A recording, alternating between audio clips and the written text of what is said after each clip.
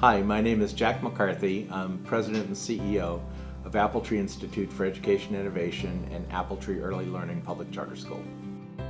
I was involved with one of the first charter schools in the country in Boston, Massachusetts, back in 1993, 94, 95. There were 600 seats available for this school, and there were about 1,600 people in this auditorium late at night.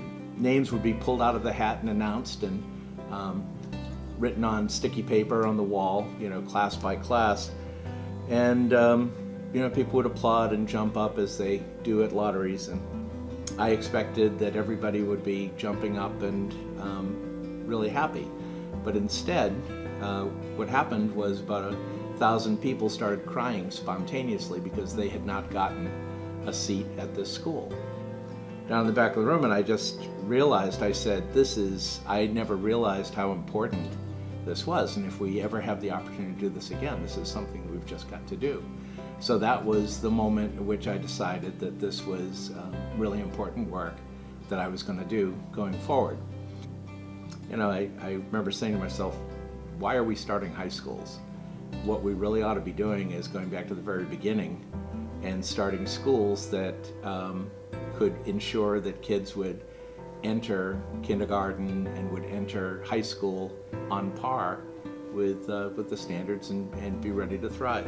So that was how in 2001 we arrived at the decision of creating an early childhood charter school, which is quite an innovation, and we're pretty unique as outliers here in Washington, D.C., but that was the sort of germination of AppleTree Early Learning.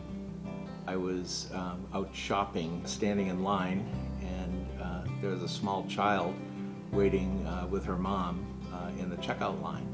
I was talking to the little girl, and all of a sudden she opened her eyes bright, and she looked up and she said, "You're Mr. AppleTree."